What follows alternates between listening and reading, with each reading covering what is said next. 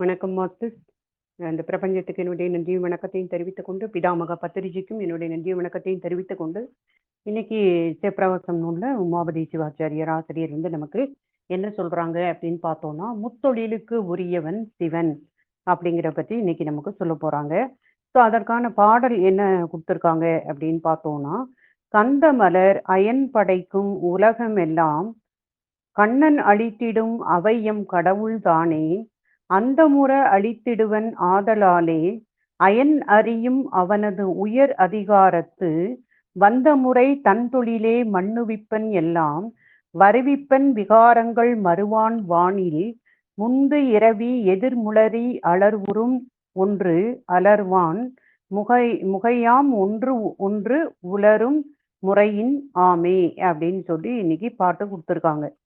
அதாவது முத்தொழில்களை பற்றி வந்து இங்க நமக்கு சொல்றாங்க. முத்தொழிலுக்கும் வந்து உரியவன் சிவன் அப்படின்னு வந்து சொல்றாங்க. அப்ப இந்த இடத்துல முத்தொழில் அப்படின்னு இங்க சொல்லப்படுறது எது? இப்ப நமக்கு தெரியும் இல்லையா? படைத்தல், காத்தல், அழித்தல் அப்படிங்கிற அந்த முத்தொழில்கள் ஒன்றுக்கான அந்த கடவுள் நமக்கு தெரியும். பிரம்மன் படைக்கிறாரு, திருமால் காப்பவர், அப்புறம் வந்து அழிப்பவர் ருத்ரன் அப்படிங்கிறது நமக்கு தெரியும். அப்ப இங்க சொல்லப்படுகிற இந்த முத்தொழில்கள் அப்படிங்கிறது இந்த பிரகிருதி மாயின் கண் அந்த மத்திம சிருஷ்டியிலே நிகழக்கூடியது, நிகழ்வனவாகும் அப்படின்னு வந்து சொல்றாங்க. அப்ப இந்த நம்ம முத்தொழில்கள் அப்படின்னு சொல்லக்கூடிய இந்த மூன்றும் படைத்தல், காத்தல், அழித்தல் செய்யக்கூடிய இந்த பிரம்மா, விஷ்ணு, அந்த ருத்ரன் அப்படிங்கிறவர் செய்யக்கூடிய இந்த மூன்று தொழில்களும் இந்த பிரகிருதி மாயையின் கண் இந்த மத்திம சிருஷ்டியிலே நிகழக்கூடியது, அந்த நிகழ்வனவாகும் அப்படின்னு வந்து சொல்றாங்க. அப்போ இந்த பிரகிருதி மாயில உள்ளது அங்க நடக்கக்கூடியது என்ன? அந்த மத்திம சிருஷ்டியில உள்ளதுதான் இந்த மூவரும் செய்யக்கூடிய இந்த மூன்று தொழில்கள் அப்படின்னு வந்து சொல்றாங்க. சரி, இந்த பிரகிருதி மாயைக்கு மேல இந்த அசுத்த மாயையில நிகழ்வது என்ன அப்படின்னு பார்த்தா அதுக்கு பேரு அவந்தா சிருஷ்டி அப்படின்னு வந்து சொல்றாங்க. ஓகேங்களா? இப்ப பிரகிருதி மாயையில நடக்கக்கூடிய சிருஷ்டி மத்திம சிருஷ்டி. அதுக்கு மேல உள்ள அசுத்த மாயையில நிகழ்வது அவாந்தா சிருஷ்டி. அதுக்கு அடுத்து மேல சுத்த மாயையில நிகழக்கூடியது மகா சிருஷ்டி அப்படின்னு வந்து சொல்றாங்க. அப்ப அந்த மகா சிருஷ்டி அப்படிங்கிறது இந்த பதியினால் நேரே செய்யப்படுவது இந்த மகா சிருஷ்டி அப்படின்னு வந்து சொல்றாங்க. Okay master. அப்போ இந்த பிரகிருதி மாயை, அதுக்கு மேல அசுத்த மாயை, அதுக்கு மேலதான் சுத்தம் மாயை இல்லையா? இப்படிதான் வந்து நமக்கு இந்த ஆர்டர். அப்ப இந்த பிரகிருதி மாயின்கண் உள்ள இந்த மத்திம சிருஷ்டியில நடக்கக்கூடிய இந்த மூன்று தொழில்களை தான் இந்த பிரம்மன், பெருமாள், உருத்திரன் இவங்கெல்லாம் இது செய்யறாங்க. இந்த விஷயத்தை பத்தி தான் இங்க சொல்லியிருக்காங்கன்னு சொல்றாங்க. அப்ப அதுக்கு மேல இருக்கக்கூடிய அசுத்த மாயில நிகழ்வது என்னன்னா அவந்தா சிருஷ்டி. அதுக்கு மேல சுத்த மாயில நிகழ்வது மகா சிருஷ்டி. அந்த மகா சிருஷ்டியை அந்த இறைவன் வந்து அந்த பதியினால நேரே செய்யப்படுவது, அல்லது இறைவன் நேரே அதை அந்த சிருஷ்டியை வந்து பண்றாங்க அப்படின்னு சொல்றாங்க. சரி, இப்ப வந்து நமக்கு இப்ப வந்து தெரிஞ்சிருச்சு இல்லையா? இந்த பிரகிருதி மாயையின் கண் இந்த மத்திம சிருஷ்டியில நடக்கக்கூடிய இந்த மூன்று தொழில்களை, அதாவது படைத்தல், காத்தல், அழித்தல் அப்படிங்கிற மூன்று தொழில்களை பிரம்மா, விஷ்ணு அண்டு ருத்ரன் அவங்க வந்து செய்யறாங்க அப்படின்னு பார்த்தோம். அதுக்கு மேல இருக்கக்கூடிய இந்த அசுத்த மாயை இருக்கு இல்லையா? அந்த அசுத்த மாயையில் இந்த அந்த 5 தொழிலையும் தமது கிரியா சக்தியால் அனந்தேஸ்வரரை அதித்தித்து அவர் வாயிலாக செய்வர் அப்படின்னு வந்து சொல்றாங்க. அப்ப அந்த அசுத்த மாயினுடைய 5 தொழில் இருக்கும் இல்லையா? ஏன்னா ஒவ்வொரு மாயையிலையும் சிருஷ்டி, அந்த உலகம் இருக்கு, சிருஷ்டி இருக்கு இல்லையா? அப்ப அந்த அசுத்த மாயினுடைய அசுத்த மாயையில இந்த 5 தொழிலையும் அந்த இறைவன் வந்து தம்முடைய கிரியா சக்தியால அனந்தேஸ்வரரை அதித்தித்து அவர்கிட்ட சொல்லி அவர் வாயிலாக அனந்தேஸ்வரரை அதித்தித்து அவர் வாயிலாக இந்த 5 தொழில்களையும் செய்ய வைக்கிறாரு அப்படின்னு வந்து சொல்றாங்க. எதுல? அசுத்த மாயையினுடைய 5 தொழிலையும் தமது கிரியா சக்தியால் அனந்தேஸ்வரரை அதித்தித்து அவர் வாயிலாக செய்வார் அப்படின்னு சொல்றாங்க. இந்த பிரகிருதி மாயை, இந்த அடுத்தது பிரகிருதி மாயை பத்தி சொல்ல வராங்க.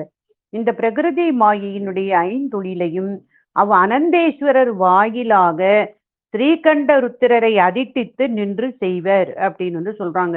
இப்ப வந்து இந்த இறைவன் என்ன பண்றாரு? இந்த பிரகிருதி மாயனுடைய இந்த 5 தொழிலை, அதாவது இந்த மத்திம சிருஷ்டி நம்ம சொல்றோம் இல்லையா? அந்த பிரகிருதி மாயனுடைய இந்த மத்திம சிருஷ்டியில, அதாவது இந்த 5 தொழிலையும் அந்த அனந்தேஸ்வரர் இருக்கார் இல்லையா? அந்த அனந்தேஸ்வரர் வாயிலாக ஸ்ரீகண்ட ருத்திரரை அதிட்டித்து அவரை வந்து செய்ய சொல்லுவாங்க அப்படின்னு வந்து சொல்றாங்க. அப்ப அந்த பதியாகி அந்த இறைவன் அனந்தேஸ்வரர் வாயிலாக ஸ்ரீகண்ட ருத்ரர் இருக்கார் இல்லையா, அவரை அதிர்த்தித்து நின்று செய்ய சொல்வாரு அப்படின்னு வந்து சொல்றாங்க மாஸ்டர். அப்போ இதுல வந்து இந்த 3 விஷயத்த நம்ம வந்து புரிஞ்சுக்கணும். இங்க உள்ளது இப்ப நம்ம வாழக்கூடியதெல்லாம் பிரகிருதி மாயையில உள்ள உலகம். இந்த பிரகிருதி மாயையினுடைய இந்த அதுக்கு பேரு மத்தியம சிருஷ்டி அப்படின்னு வந்து சொல்றாங்க. இந்த பிரகிருதி மாயையின் கண் மத்தியம சிருஷ்டியில நிகழக்கூடிய இந்த 3 தொழில்களையும் வந்து நமக்கு பிரம்மன், திருமால், ருத்திரன் அப்படிங்கிறவங்க தான் படைத்தல், காத்தல், அழித்தல் அப்படிங்கிற 3 தொழில செய்றாங்க. ஆனாலும் இந்த 3 வேற செய்யறதுக்கு செய்யறது வந்து யாருடைய கீழ் அப்படின்னா ஸ்ரீகண்ட ருத்ரருடைய கீழே தான் இந்த விஷயங்கள் நடக்குதுங்கிறத அவங்க பின்னாடி சொல்றாங்க. இப்ப வந்து அசுத்த மாயையில உள்ள சிருஷ்டிக்கு பேரு என்ன சொல்றாங்க? அவாந்தா சிருஷ்டி அப்படின்னு சொல்றாங்க. சோ அத வந்து அவரு இறைவன் தன்னுடைய கிரியா சக்தியால அனந்தேஸ்வரரை கொண்டு அதே அனந்தேஸ்வரரை அதித்தித்து இந்த இதெல்லாம் அவர் வாயிலாக இந்த அசுத்த மாயையில இந்த தொழில்களை பூரா செய்ய வைக்கிறாரு. 5 தொழிலையும் செய்ய வைக்கிறாங்க அப்படின்னு வந்து சொல்றாங்க. அதுக்கு மேல உள்ள சுத்த மாயை அப்படிங்கிறது வந்து மகா சிருஷ்டி. அந்த சுத்த மாயனுடைய 5 தொழிலையும் சிவன் அதாவது பதி வந்து நேரே அதை வந்து அருளுவார், செய்தருளுவார் அப்படின்னு வந்து சொல்றாங்க. ஓகேங்களா? அப்ப இந்த பிரகிருதி மாயினுடைய விஷயத்தை தான் இந்த பாட்டுல வந்து கொடுத்துருக்காங்க. இந்த பிரகிருதி மாயினுடைய 5 தொழிலையும் அந்த அனந்தேஸ்வரர் அதாவது அசுத்த மாயை பார்க்காங்க இல்லையா, அந்த அசுத்த மாயினுடைய தொழில பார்க்கக்கூடியவர் அனந்தேஸ்வரர். அது யார் அதுக்கு பேக்ல இருந்து சப்போர்ட் அந்த சக்தியை யாரு கொடுக்குறா அப்படின்னா கிரியா சக்தியை கொடுக்கறது அந்த பதி தான், இறைவன் தான். அந்த இறைவன் தன்னுடைய கிரியா சக்தியால அனந்தேஸ்வரரை அதித்தித்து அவர் வாயிலாக அசுத்த மாயனுடைய தொழில்களை செய்ய வைக்கிறாரு. ஓகேங்களா? அடுத்து பிரகிருதி மாயனுடைய அந்த சிருஷ்டிக்கு என்ன பண்றாங்க அப்படின்னா இந்த அனந்தேஸ்வரர் வாயிலாக மீண்டும் அந்த சிவன் அனந்தேஸ்வரர் வழியாக ஸ்ரீகண்ட ருத்ரரை பிரகிருதி மாயனுடைய தொழில்களை பார்க்க சொல்றாங்க. ஓகேங்களா? அப்ப இந்த ஆர்டர் நமக்கு தெரியணும். அப்ப இந்த அனந்தேஸ்வரர் வாயிலாக ஸ்ரீகண்ட ருத்திரரை அதித்தித்து நின்று செய்வர். இந்த ஸ்ரீகண்ட ருத்திரரிடத்து 3 விதமான சிவசக்திகள் பதிந்து நின்று இந்த முத்தொழிலை செய்யும் அப்படின்னு வந்து சொல்றாங்க. அப்ப அந்த ஸ்ரீகண்ட ருத்திரர் எடுத்து சனனி, ரோதயித்திரி, ஆரிணி அப்படிங்கிற இந்த 3 சிவசக்திகள் பதிந்து நின்று இந்த முத்தொழிலை செய்யும் அப்படின்னு வந்து சொல்றாங்க மாஸ்டர். அப்ப இந்த பாட்டுல கொடுத்திருக்கிறபடி நமக்கு வந்து இந்த பிரகிருதி மாயினுடைய அந்த மத்தியம சிருஷ்டியை பத்தி அதனுடைய தொழில்களை பத்தி தான் இங்க முத்தொழிலை பத்தி தான் இங்க வந்து சொல்றாங்க. அப்ப இந்த பிரகிருதி மாயினுடைய அந்த முத்தொழில்களையும் யார் வாயிலா செய்ய வைக்காரு இறைவன் அப்படின்னா அனந்தேஸ்வரர் வாயிலாக அவர் வந்து என்ன செய்யறாரு? அனந்தேஸ்வரர் வாயிலாக ஸ்ரீகண்ட ருத்திரரை அதித்தித்து அவரை செய்ய வைக்காரு. அனந்தேஸ்வரர் வழியா அவர்கிட்ட சொல்லி ஏப்பா நீ வந்து ஸ்ரீகண்ட ருத்தர்கிட்ட சொல்லி நீ இந்த பிரகிருதி மாயினுடைய அந்த தொழிலெல்லாம் செயல்படுத்து அப்படின்னு சொல்லி இறைவன் வந்து சொல்றாரு. அப்ப இந்த இறைவன் அந்த அனந்தேஸ்வரர் வாயிலாக ஸ்ரீகண்ட ருத்திரரை அதித்தித்து அவர் வந்து ஸ்ரீகண்ட ருத்தரை அதித்தித்து அந்த ஜனனி அதித்தித்து இந்த முத்தொழிலை செய்ய சொல்றாங்க. அந்த முத்தொழிலை செய்யறதுக்கு அந்த ஸ்ரீகண்ட ருத்திரர் எடுத்து இந்த 3 சிவசக்திகளும் பதிந்து நின்று இந்த முத்தொழிலை செய்யும் அப்படின்னு வந்து சொல்றாங்க. அது என்ன 3 சக்திகள் அப்படின்னு பார்த்தோம்னா ஜனனி, ரோதயித்திரி, ஆரிணி அப்படிங்கிற சிவசக்திகள் பதிந்து நின்று இந்த முத்தொழில்களை செய்து அப்படின்னு வந்து சொல்றாங்க. அப்ப இந்த சக்திகள் ஜனனி வந்து பிரம்மனிடத்து நின்று அது செலுத்தும் அப்படின்னு வந்து சொல்றாங்க. அப்ப இந்த ஜனனி அப்படிங்கிற அந்த சிவசக்தியானது பிரம்மனிடத்து நின்று அது செலுத்துது. பிரம்மன்ட்ட இருந்து அது செலுத்துது அந்த சிவசக்தி. பிரம்மனிடத்து நின்று அது செலுத்தும். ரோதயித்திரி அப்படிங்கிறது திருமாலிடத்து நின்று அது செலுத்தும்.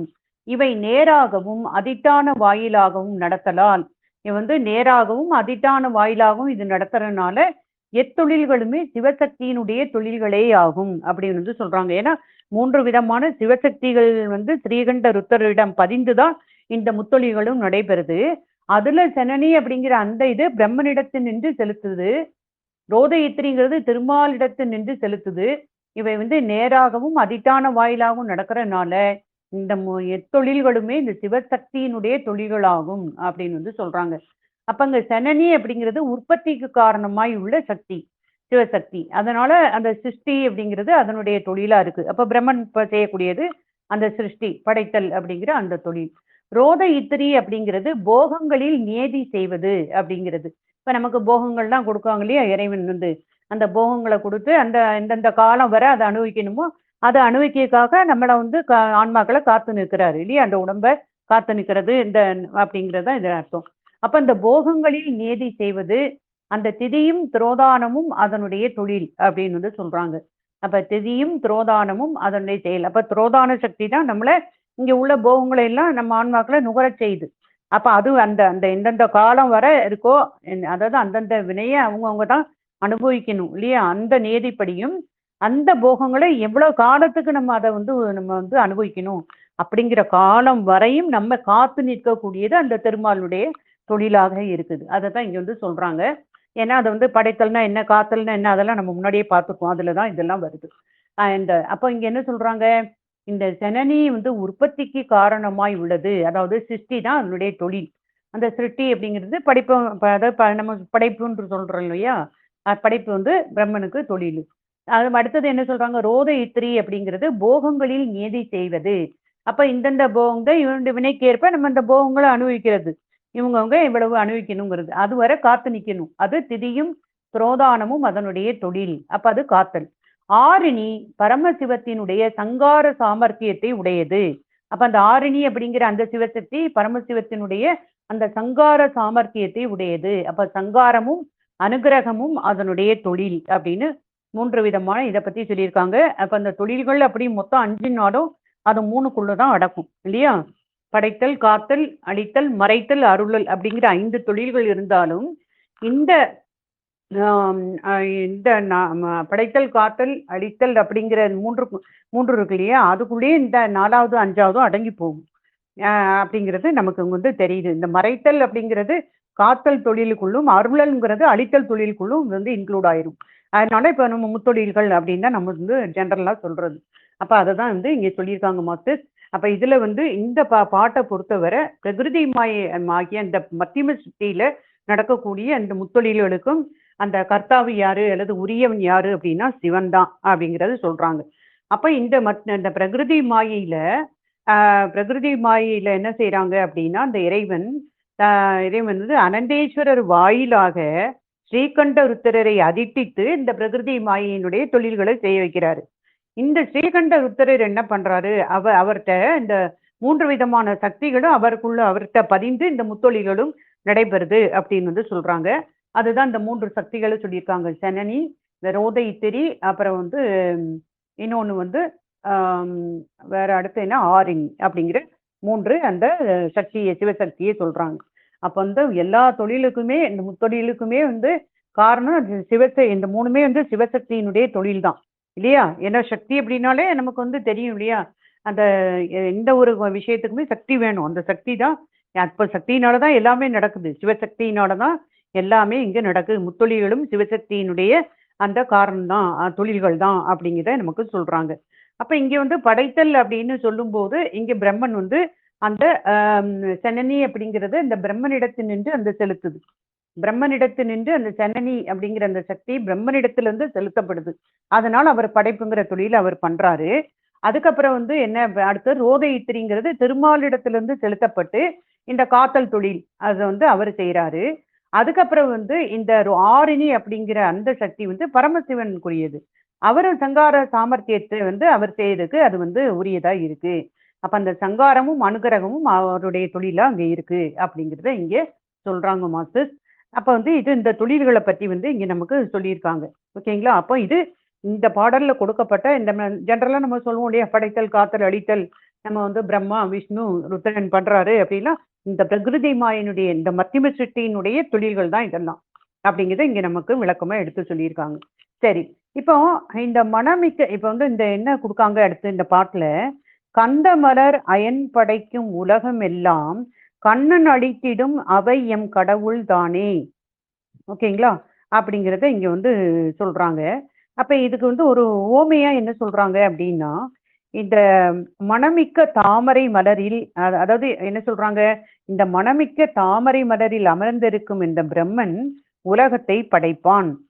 அவன் படைத்த இந்த உலகத்தை திருமால் காப்பான். எம் கடவுளாகிய சிவபெருமான் அவ்வுலகங்களை எல்லாம் துடைத்து ஒடுக்குவான் அப்படின்னு வந்து சொல்றாங்க. இப்ப நமக்கு தெரியும் இல்லையா, பிரம்மன் உலகத்தை படைக்கிறாரு. பிரம்மன் படைத்த அந்த உலகத்தை திருமால் காக்குறாரு. கடைசியில சிவபெருமான் அந்த உலகத்தை எல்லாம் ஒடுக்குறாரு. இந்த 3 தான் இந்த தொழில்கள். முற்றிலும் ஒடுக்குகிறவனே மீளவும் தோற்றுவிப்பான். இப்ப போன தடவை நம்ம பார்த்தோம். முற்றிலும் ஒடுக்குனாலும் மீண்டும் அவன் வந்து தோற்றுவிப்பான். அந்த மலபரிபாகத்துக்காக நம்ம பார்த்தோம் இல்லையா? அது மாரி தான். ஸோ அந்த கண்ம இதுக்காக இல்லையா? பரிபாகம் நடக்கிறதுக்காக. அப்போ முற்றிலும் ஒடுக்குகிறவனே மீளவும் தோற்றுவிப்பான். ஆதலால் பிரம்மனும் திருமாலும் சிவபெருமானது உயர்ந்த அதிகாரத்துக்கு உட்பட்டு நின்றே தத்தம் தொழில்களை இயற்றுவார்கள். அப்ப அந்த பிரம்மனாகட்டும் திருமாலாகட்டும் 2 பேருமே சிவபெருமானது உயர்ந்த அந்த அதிகாரத்துக்கு உட்பட்டு நின்றே தங்களுடைய தொழில்களை செய்வாங்க. அவங்களுக்குன்னு தனி சுதந்திரமும் இல்லை அப்படிங்கிறது சொல்றாங்க. அதிகாரமும் இல்லை. அந்த சிவபெருமானது உயர்ந்த அதிகாரத்துக்கு உட்பட்டு நின்றே தத்தம் தொழில்களை இயற்றுவார்கள். ஆதலால் அவ்விருவரும் சிவபெருமானின் ஏவலை மேற்கொண்டு ஒழுகுபவரே ஆவர். அதனால சிவபெருமான் என்ன சொன்னாரோ அதுபடி கேட்டு நடக்கக்கூடியவங்க தான் இந்த பிரம்மாவும் திருமாலும் அப்படின்னு வந்து சொல்றாங்க. அவ்விருவரும் சிவபெருமானின் ஏவலை மேற்கொண்டு ஒழுகுபவரே ஆவர். படைத்தும் காத்தும் ஒடுக்கியும் வருவதால் சிவபெருமான் விகாரி ஆவாரோ என்று ஐயுற வேண்டாம் அப்படின்னு வந்து சொல்றாங்க. இப்ப படைத்து காத்து ஒடுக்கி இது மாதிரிலாம் தொழில்களை செய்யறதுனால, ஏன்னா படைத்தல் காத்தல் வந்து பிரம்மனும் அந்த திருமாலும் செஞ்சாலும் கூட இவருடைய ஆணையின் கீழ் தானே செய்யறாங்க. ஸோ அப்ப இந்த 3 தொழிலுமே சிவன் செய்யற மாதிரி தானே அர்த்தம். அவருடைய அதிகாரத்தின் கீழே, அவருடைய ஏவலின் கீழே, அவருடைய ஆணையின் கீழ் தான் இந்த 3 தொழிலும் நடைபெறுது இல்லையா? அப்ப இந்த 3 தொழிலும் அந்த மாதிரி செய்யறதுனால சிவபெருமான் விகாரி ஆவாரோ அப்படிங்கிற ஒரு கேள்வி வந்து இங்க வந்து வருதுமாத்து. அதுக்கு ஓமையா ஒரு விஷயத்தை இங்க சொல்றாங்க. இப்ப வானத்தில் விளங்கும் அந்த சூரியனுக்கு முன்னர் நீரில் உள்ள அந்த தாமரை ஒன்று பூக்கின்றது, ஒன்று அரும்பாய் தோன்றுகின்றது, ஒன்று வாடி உலர்கிறது அப்படின்னு வந்து சொல்றாங்க. இப்ப வானத்துல விளங்கக்கூடிய அந்த சூரியனுக்கு முன்னாடி அந்த சூரியனுடைய ஒளி பட்ட உடனே அந்த நீர்ல இருக்கக்கூடிய அந்த தாமரையானது சில தாமரை பூக்குது, சில தாமரை என்னது அது வந்து ஒண்ணு வந்து வறும்பு வருது, அதுல இருந்து அரும்பா நிக்குது, சில இது பூக்குது, சில இது வாடி உலருது இல்லையா? முன்னாடி 2-3 நாளைக்கு முன்னாடி உள்ள பூத்த மலர் எல்லாம் ஒரு நாள் வாடி நிக்குது. அப்போ ஒரு பக்கம் பார்த்தா அந்த தாமரை மலர் பூக்குது, இன்னும் சில தாமரை மலர்கள் வந்து அரும்பா இருக்கு, சில மலர் வந்து அது வாடி உலருது. இவ்வாறு சூரியனுடைய சந்நிதியில இந்த தாமரை 3 தொழில்களை கொண்டாலும் ஒரு ஒரு சில தாமரை பூக்குது, சில தாமரை அரும்பாகுது. சூரியனுடைய கதிர் பட்ட உடனே அது நம்ம அரும்பாகுது, சில இது பூக்குது, சில இது வாடி போகுது இல்லையா? ஏன்னா முன்னாடியே பூத்தது வாடி போகும். அப்ப இந்த 3 தொழிலும் அங்க நடக்குது இல்லையா? அப்ப அந்த சூரியனுடைய சந்நிதியில் தாமரை 3 தொழில்களையும் கொண்டாலும் அவற்றை நிகழ்த்துகின்ற சூரியன் விகாரம் அடையாததை போல சிவன் எந்த விகாரமும் அடைவது இல்லை. இப்ப தாமரையில 3 விதமான விகாரங்கள் தொழில்கள் நடந்தாலும் கூட அதனால சூரியனுக்கு ஏதாவது மாற்றமோ பாதிப்போ எந்த விகாரமும் அங்க ஆகுதா? இல்ல. அவன் வேலையை செஞ்சிட்டு இருக்கிறாரு. அதே மாதிரிதான் இங்க வந்து என்ன சொல்றாங்க, இந்த மாதிரி முத்தொழில்களும் வந்து தன்னுடைய ஆணையின் கீழே, தன்னுடைய ஏவலின் கீழே அது எல்லாமே நடந்தாலும் கூட சிவனுக்கு எந்த விகாரமும் நிகழாது அப்படிங்கிறதுக்கு ஓமையா இதை சொல்லியிருக்காங்க. இவ்வாறு பல்வேறு மாற்றங்களுக்கு தாமரை மலர்கள் ஆட்பட்டாலும் இம்மாற்றங்களால் கதிரவன் விகாரப்படுவது இல்லை. அவ்வாறே சிவபெருமானும் எல்லா உலகங்களையும் படைத்து அழித்து துடைப்பினும் தான் மாறுதல் இன்றியே விளங்குவான் அப்படின்னு வந்து சொல்றாங்க. அப்போ இதுல வந்து என்ன சொல்றாங்க அப்படின்னா, இந்த எல்லா உலகங்களையுமே அவன் தானே படைக்கிறான். இப்ப வந்து சுத்தமாயில அவன் டைரக்டாவே அவன் பாத்துக்கிறான். எல்லா தொழில்களையும் சிவனே வந்து பாத்துக்கிறாரு. இப்ப அசுத்தமாயிலே தன்னுடைய கிரியா சக்தியால தான் இந்த அனந்தேஸ்வரரை கொண்டு அந்த தொழில்களை செய்ய சொல்றாரு. அதுவும் தன்னுடைய சக்தியினாலதான். அதே மாதிரி இப்ப வந்து பிரகிருதி மாயிலையும் தன்னுடைய சக்தியான அனந்தேஸ்வரர் சொல்லி அனந்தேஸ்வரர் வாயிலாக ஸ்ரீகண்ட ருத்ரரை வந்து அதிட்டித்து அந்த வேலையை செய்ய சொல்றாரு. எனிவே எல்லா உலகங்களையும் அவர் வந்து படைக்கிறது, அழிக்கிறது, துடைக்கிறது எல்லாமே தான் செஞ்சாலும் தான் மாறுதல் இன்றியே விளங்குவான். எப்படி சூரியன் வந்து சூரியனுடைய கதிருக்கு முன்னாடி இந்த தாமரை ஒண்ணு பூக்குது, ஒண்ணு அரும்பா இருக்கு, அது வந்து ஒண்ணு வந்து என்ன போகுது, உதிர்ந்து போகுது, இந்த மாதிரிலாம் நடந்தாலும் அதனால சூரியனுக்கு எந்த விதமான பாதிப்போ விகாரமோ இல்லை, அது மாதிரி அப்படின்னு அவங்க ஓமை சொல்றாங்க. சரி, தோற்றுவித்தல் காத்தல் ஒடுக்குதல். அப்ப இந்த இடத்துல என்ன அப்படின்னு பார்க்கும்போது தோற்றுவித்தல் காத்தல் ஒடுக்குதல் ஆகிய 3 தொழிலுக்கும் அதி தெய்வங்களாக முறையே அயன் திருமால் உருத்திரன் ஆகிய மூவரையும் சொல்லுவது மரபு. ஆனால் முற்றளிப்பு காலம் என்று கூறப்படும் சர்வ சங்கார காலத்தில் யாவத்தையும் ஒடுக்கி தான் மட்டுமே நிலைபேறு உடைய தலைவனாக நிற்பவன் சிவபெருமானே அப்படின்னு சொல்றாங்க. இப்ப நம்ம சொல்லிக்கிறோம் இல்லையா, படைத்தல் பிரம்மன், காத்தல் திருமால், அழித்தல் ருத்ரன் அப்படின்னு சொன்னாலும் அந்த சங்கார காலம் இருக்கு இல்லையா, அந்த ஊழிக்காலம், முற்றளிப்பு காலம், அந்த காலத்துல, அந்த சர்வ சங்கார காலத்துல எல்லாத்தையும் ஒடுக்கி தான் மட்டுமே நிலைபேறு உடையவனாக தலைவனாக நிற்பவன் சிவபெருமானே. அவ்வாறு சங்காரக்காரனாக இருப்பவன் எவனோ அவனே மீண்டும் உலகங்கள் அனைத்தையும் தோற்றுவிக்கும் ஆற்றல் உடையவன். அப்ப யாரு ஒடுக்கினானோ அவன் தான் மீண்டும் எல்லா உலகத்தையும் தோற்றுவிக்கக்கூடிய ஆற்றல் உடையவன். அவ்வாறு தோற்றுவித்த பிறகே உலகை காத்து அழிக்கும் அந்த தொழிலுக்கு தேவை ஏற்படுகிறது. அப்ப அந்த ஒடுக்கின உலகத்தை மீண்டும் தோற்றுவிச்ச பிறகுதான் அந்த உலகத்தை படைக்கணும், காக்கணும் அப்படிங்கிற அந்த தேவை அப்புறம் தான் அது வருது இல்லையா. அப்போ எல்லா பவரும், எல்லா சக்தியும், அந்த எல்லாமே அதிகாரம் எல்லாமே இருக்கிறது அந்த சிவன்கிட்ட தான் இருக்கு இல்லையா. அதுதான் அவங்க சொல்றாங்க. ஸோ அவ்வாறு சங்காரக்காரனாக இருப்பவன் எவனோ அவனே மீண்டும் உலகங்கள் அனைத்தையும் தோற்றுவிக்கும் ஆற்றல் உடையவன். அவ்வாறு தோற்றுவித்த பிறகே உலகை காத்து அழிக்கும் அந்த தொழிலுக்கு தேவை ஏற்படுகிறது. எனவே முற்றும் ஒடுக்கிய அந்த சிவபெருமான் தோற்றுவிக்கும் தொழிலுக்காக அயனையும், காக்கும் தொழிலுக்காக திருமாலையும் தனது எல்லையற்ற அருள் மிகுந்த ஆற்றலினால் அவர்களுக்கு அந்தந்த அதிகாரங்களை கொடுத்து முறைமை செய்கிறான் அப்படின்னு சொல்றாங்க. ஓகே, சங்கார காலத்து ஒடுக்கி மீண்டும் தோற்றுவிக்கிற நேரம்தான் இந்த படைத்தலுக்கும் காத்தலுக்கும் இருக்கிற விஷயத்துக்கே ஆட்கள் தேவைப்படுறாங்க இல்லையா. அதாவது அந்த அதுக்காக இந்த என்ன சொல்றாரு சிவபெருமான், தோற்றுவிக்கக்கூடிய தொழிலை பிரம்மாவுக்கும், காக்கக்கூடிய தொழிலை திருமாலுக்கும் தனது எல்லையற்று அருள் மிகுந்த அந்த ஆற்றலினால அவங்களுக்கு அந்தந்த அதிகாரங்களை கொடுத்து அவன் முறைமை செய்கிறான். அவங்கவுங்க அதிக புண்ணியம் பண்ணதுனால அவங்களுக்கு இந்த மாதிரி அதிகாரத்தெல்லாம் சிவபெருமன் கொடுக்குறாரு அப்படின்னு சொல்றாங்க. அயனுக்கும் அரிக்கும் உரிய வல்லமையும் தொழிலும் அவர்களிலும் மேம்பட்ட அந்த சிவபெருமானால் அவர்களுக்கு வழங்கப்பட்ட கொடை அப்படின்னு சொல்றாங்க. அப்ப இந்த பிரம்மாவுக்கும் இந்த திருமாலுக்கும் அந்த உரிய அந்த வல்லமையும் தொழிலும் அவங்களுக்கு கொடுக்கப்படுது இல்லையா, சிவபெருமானால் கொடுக்கப்படுறது அவங்களுக்கு வழங்கப்பட்ட கொடை அப்படின்னு சொல்றாங்க. ஏன்னா அவங்க செஞ்ச புண்ணியத்தின் காரணமாக இந்த கொடை வழங்கப்படுது அப்படிங்கிறாங்க. அதனால் தான் அயனையும் அரியையும் இப்பாடலில் பெயரால் குறித்த ஆசிரியர் சிவபெருமானை கடவுள் என்ற சொல்லால் குறிப்பிடுகிறார்.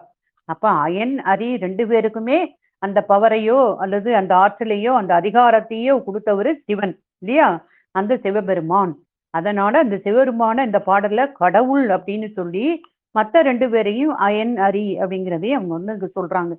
அதாவது அயனையும் அரியையும் பாடலில் பெயரால் குறித்த ஆசிரியர் சிவபெருமானை கடவுள் அப்படின்னு சொல்லி இந்த இதுல குறிப்பிடுறாங்க. கடவுள் என்பது அயன் அரி உள்ளிட்ட அனைவரையும் அனைத்தையும் கடந்து நிற்பவன் என்னும் பொருட்டு அப்படின்னு சொல்றாங்க. அப்ப அயன் அரி அப்படிங்கிறவங்களுக்கு பேரை கொடுத்துட்டாங்க. அவங்களாம் சிவபெருமானால அந்த கொடுக்கப்பட்ட அதிகாரத்தையும் அந்த ஒரு ஆற்றலையும் பெற்றவங்க, ஒரு கொடையா பெற்றவங்க சிவன்கிட்ட இருந்து அவங்களுடைய புண்ணியத்துக்காக வாங்கியிருக்காங்க. அதனால அவங்க பேராக சொல்லிட்டாங்க அவங்க ரெண்டு பேரையும் அயன் அரி அப்படின்னு சொல்லிட்டாங்க. இந்த ரெண்டு பேருக்கும் கொடுக்கக்கூடிய அந்த தலைவன் யாரு, அது சிவபெருமான். அதனால அவரை கடவுள் அப்படிங்கிற சொல்லால இங்க குறிப்பிடுறாங்க அப்படின்னு சொல்றாங்க. ஸோ கடவுள் என்பது அயன் அரி உள்ளிட்ட அனைவரையும் அனைத்தையும் கடந்து நிற்பவன் என்பது பொருள் அப்படின்னு சொல்றாங்க. இப்ப கண்ணன் என்பது திருமாலினுடைய 10 அவதாரங்களில் ஒன்றாகிய கிருஷ்ணனையே பொதுவாக குறிக்கும்.